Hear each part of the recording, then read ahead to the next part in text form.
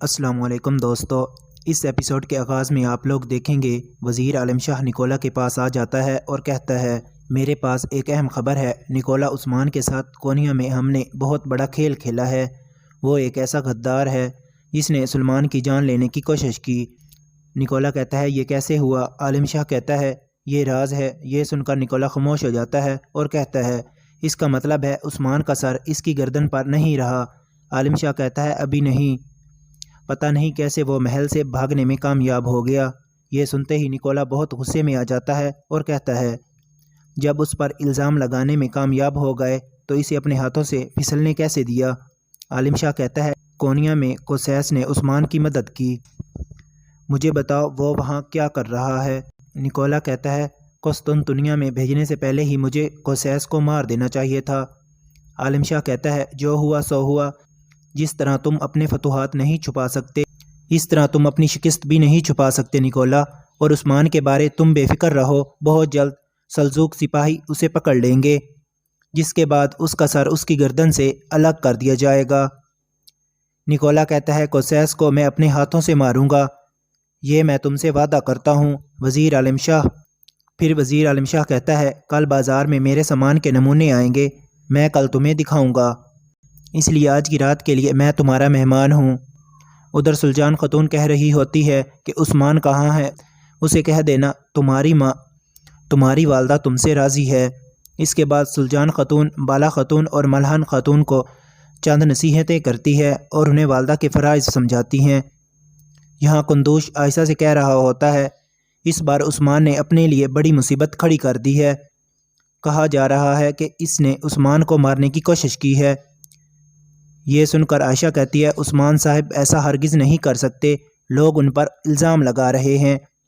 اس پر قندوز عائشہ سے کہتا ہے عثمان نے کام ہی کچھ اس طرح کیے ہیں جس وجہ سے مجھے بھی شک ہو رہا ہے، اور کہتا ہے مجھے تو کچھ بھی سمجھ نہیں آ رہی، لیکن تم احتیاط سے رہنا، عثمان پر لگے الزام کے بارے لوگوں کو معلوم نہیں ہونا چاہیے۔ یہاں بران اپنے خیمے میں موجود ہوتا ہے۔ اسی دوران کونور بھی وہاں پر آ جاتا ہے اور کہتا ہے عثمان صاحب کونیا سے نکل چکے ہیں۔ یہ سن کر بران کہتا ہے اللہ کا شکر ہے۔ کونور کہتا ہے ایک اور بات، وزیر دوبارہ غدارانہ کھیل کھیلنے جا رہا ہے، اسے معلوم ہے عثمان کسی نہ کسی طرح سلجانہ خاتون کے پاس آئیں گے، اس لیے خانقاہ پر تلواروں کا پہرا ہے۔ یہ سن کر بران کہتا ہے وہ بے غیرت جس تکلیف میں اس نے ہمیں مبتلا کیا اور جو چالیں چلی ہیں کیا وہ کافی نہیں ہے کہ دوبارہ نیا کھیل کھیل رہا ہے؟ کونور کہتا ہے اب عثمان تک یہ خبر پہنچانا بہت ضروری ہے۔ یہ سن کر برہان کہتا ہے کہ جنگل میں چھپنے کی جگہوں میں سے ایک جگہ میں جانتا ہوں جہاں سردار مجھے مل سکتے ہیں۔ کونور کہتا ہے برہان لیکن یہ کسی کو بھی مت بتانا کہ یہ معلومات تمہیں کس نے بتائی ہیں۔ یہ کہہ کر کونور وہاں سے چلا جاتا ہے۔ یہاں عثمان اپنے سپاہیوں کے ساتھ گوگتو کی قبر پر موجود ہوتا ہے اور اس کے لیے دعائے مغفرت کر رہا ہوتا ہے، جس پر عثمان کہتا ہے کہ اللہ ہمیں روز قیامت پر جمع کرے، لیکن میں خود سے وعدہ کرتا ہوں کہ تمہارا اور تمہارے شہداء کا انتقام لوں گا، ہم تم سے راضی ہیں، ہمارا رب بھی تم سے راضی ہو۔ یہ سن کر طہران کہتا ہے ہم گوگتو بھائی کا انتقام لیں گے، تم اتنا غمگین نہ ہو بھائی۔ اس کے بعد عثمان اور اس کے سپاہی کھڑے ہو جاتے ہیں۔ عثمان کہتا ہے ترگت کوسیس سپاہیوں کے ساتھ یجا کی طرف جاؤ، ہم وہاں پر ملیں گے۔ ترگت کہتا ہے آپ کیا کرنے والے ہیں؟ کوسیس کہتا ہے یہ خطرناک ہے عثمان صاحب، وہ آپ کو ہر کونے میں ڈھونڈ رہے ہیں۔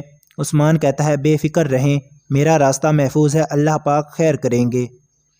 یہ سن کر سب جانے لگتے ہیں۔ یہاں عالم شاہ نکولا کے ساتھ ایناگول کے بازار میں موجود تھا اور وہاں پر موجود سامان کا جائزہ لے رہا تھا، جبکہ دوسری جانب قندوز اپنے سپاہیوں کے ساتھ ہرمن کایا قلعہ پہنچ چکا تھا۔ اسے دیکھ کر وہاں پر موجود ایک کمانڈر کہتا ہے قندوز صاحب آپ لوگ اتنی تعداد میں کیوں آئے ہیں؟ یہ سن کر قندوز کہتا ہے ہم یہاں پر ملنے نہیں آئے بلکہ قلعے پر قبضہ کرنے آئے ہیں۔ یہ سنتے ہی تمام بازدینی سپاہی تلواریں نکال لیتے ہیں۔ قندوز کہتا ہے میں تمہاری چالوں سے واقف ہوں، اس کا مطلب ہے نکولا نے قلعے پر اپنے سپاہی بٹھائے ہوئے ہیں، اور کہتا ہے حملہ کرو سپاہیوں۔ اس کے بعد وہ ان پر حملہ کر لیتے ہیں اور وہاں پر لڑائی شروع ہو جاتی ہے۔ یہاں عثمان سفید داڑھی والوں کے پاس آ جاتا ہے، ان کو سلام کرتا ہے اور ان کے سامنے بیٹھ جاتا ہے۔ ایک شخص کہتا ہے ہم نے سنا ہے گہاتو واپس آ گیا ہے۔ عثمان کہتا ہے اس کا ارادہ ارکن خان کے تخت پر قبضہ کرنا ہے، لیکن وہ اس سرزمین پر اپنی طاقت بڑھانا چاہتا ہے۔ ایک سفید داڑھی والا جواب دیتا ہے تم نے ٹھیک بولا، وہ ارکن خان کے خلاف بغاوت کی تیاری کر رہا ہے اور وہ ایک بہت بڑی فوج تیار کرنا چاہتا ہے۔ دوسرا شخص کہتا ہے وزیر عالم شاہ بھی اس کے ساتھ ملا ہوا ہے، وہ سلجوق حکومت کو بھی اپنے ہاتھ میں لینا چاہتا ہے۔ پھر پہلے والا شخص کہتا ہے عثمان صاحب آپ کو یہ سب روکنا ہوگا اور اپنی ریاست قائم کرنا ہوگی۔ یہ سن کر عثمان کہتا ہے میری ہر سانس کے ساتھ یہی تمنا ہے، ریاست بنانے کا خواب مجھے سونے نہیں دیتا۔ ایک شخص کہتا ہے اب آپ کیا کریں گے عثمان صاحب؟ عثمان کہتا ہے اب میں سیاست کروں گا، میں نے فیصلہ کر لیا ہے کہ میں صحیح وقت آنے پر مجھے کسی کا ساتھ دینا ہوگا۔ جب عثمان جانے لگتا ہے تو ایک شخص پوچھتا ہے عثمان صاحب آپ کی منزل کیا ہے؟ عثمان کہتا ہے کوئی رکاوٹ ہمیں روک نہیں سکتی، اور عثمان چلا جاتا ہے۔ یہاں ہرمن کایا قلعے کا کمانڈر قلعے میں داخل ہوتے ہی وہ سیدھا نکولا کے پاس چلا جاتا ہے اور کہتا ہے قندوز اور اس کے سپاہیوں نے ہرمن کایا قلعے پر حملہ کر دیا ہے، ان کی تعداد زیادہ تھی تو قلعہ ہمارے ہاتھ سے نکل گیا۔ یہ سنتے ہی نکولا اسے تھپڑ مارتا ہے تم نے تو کہا تھا قلعہ محفوظ ہے، اب وہ کائیوں کے ہاتھ میں ہے۔ یہ کہہ کر وہ اپنی تلوار نکال لیتا ہے۔ یہ دیکھتے ہی سلجوق سپاہی اپنی تلواریں نکال لیتے ہیں۔ عالم شاہ کہتے ہیں کوئی بھی سوچ سمجھے بغیر کوئی بھی قدم اٹھانا نہیں نکولا۔ نکولا کہتا ہے تم نے میرا دھیان بھٹکایا اور قلعہ قندوز کے حوالے کر دیا۔ یہ کہہ کر وہ جیسے ہی عالم شاہ پر حملہ کرنے لگتا ہے تو ایک بازتینی سپاہی کہتا ہے منگول گہاتو آ رہا ہے۔ یہ سن کر نکولا رک جاتا ہے۔ تھوڑی دیر بعد گہاتو اپنے سپاہیوں کے ساتھ قلعے میں داخل ہو جاتا ہے۔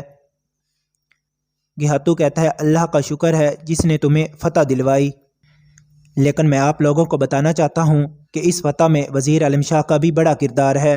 وزیر اور میں ایک ہی راستے پر ہیں، ترکمان قبائل کو پوری دنیا میں فتح یاب کرنا چاہتے ہیں۔ یہ سن کر ایک سردار کہتا ہے میں آپ کے سردار بننے کے خلاف تھا قندوز، مگر آپ نے مجھے حیران کر دیا اور مجھے خوشی ہو رہی ہے، آپ سلامت رہیں۔ یہ سن کر قندوز کہتا ہے آپ سب بھی سلامت رہیں۔ اس کے بعد قندوز اپنے سامنے بڑی ایک صندوق کو کھولتا ہے اور اپنے سپاہیوں سے کہتا ہے کہ مال غنیمت تمام سرداروں میں تقسیم کر دو۔ یہاں گہاتو نکولا سے کہہ رہا ہوتا ہے کیا تم جانتے ہو نکولا ہم تمہیں کیوں نہیں مار رہے؟ نکولا کہتا ہے تم مجھے کیوں نہیں مار رہے گہاتو؟ گہاتو کہتا ہے تمہارا سایہ تم سے زیادہ بڑا ہے، ہمیں تمہارے سائے کی ضرورت ہے نکولا۔ عالم شاہ کہتا ہے نکولا تمہارے سامنے ایک بہت بڑی فوج کھڑی ہے، تمہارا کوئی دوست موجود نہیں، عثمان کی طرح اندھے نہ بنو، ایسا نہ ہو تمہارا انجام بھی اس جیسا ہو۔ ہرمن کایا تو ہماری منزل کا بس چھوٹا سا ایک ٹکڑا ہے۔ یہ سن کر نکولا غصے سے کہتا ہے پھر تمہارا عظیم مقصد کون سا ہے؟ یہ سنتے ہی گہاتو کہتا ہے اپنے غصے کو قابو کرو نکولا، ورنہ تمہارا اور تمہارے سپاہیوں کا سر قلم کر دوں گا۔ ان کی باتیں سننے کے بعد نکولا کہتا ہے تو تم لوگ مجھ سے اور میرے قلعے سے کیا چاہتے ہو؟ گہاتو کہتا ہے گائی قبیلہ ہمارا ہے، سلجوق کی سلطنت بھی ہمارا ہو جائے گا، تم یہاں ایک ریاست قائم کرو گے، میں تمہیں وہ ریاست دوں گا، میں ہی ریاستوں کو برباد کرتا ہوں اور میں ہی ریاست قائم کرتا ہوں۔ یہ سن کر نکولا کچھ سوچنے لگتا ہے، جس کے بعد وہ کہتا ہے لیکن تمہاری پیشکش کیا ہے؟ یہ سن کر عالم شاہ کہتا ہے نکولا کیا تم اس سرزمین پر روم کی مقدس سلطنت کو زندہ نہیں کرنا چاہتے نکولا؟ نکولا کہتا ہے چاہتا ہوں، بہت زیادہ چاہتا ہوں۔ عالم شاہ کہتا ہے اگر تم ہمارے وفادار بننا چاہتے ہو تو گہاتو تمہیں وہ دے گا، لیکن پہلے عثمان کو مرنا ہوگا۔ گہاتو کہتا ہے عثمان مرے تو باقی بات ہم بعد میں کریں گے۔ یہ سن کر نکولا کہتا ہے سپاہیوں اپنی تلواریں نیچے کر لو۔ ناظرین یہ تھی ہماری آج کی ویڈیو اچھی لگے تو لائک کریں، چینل کو بھی سبسکرائب کریں۔ اللہ حافظ۔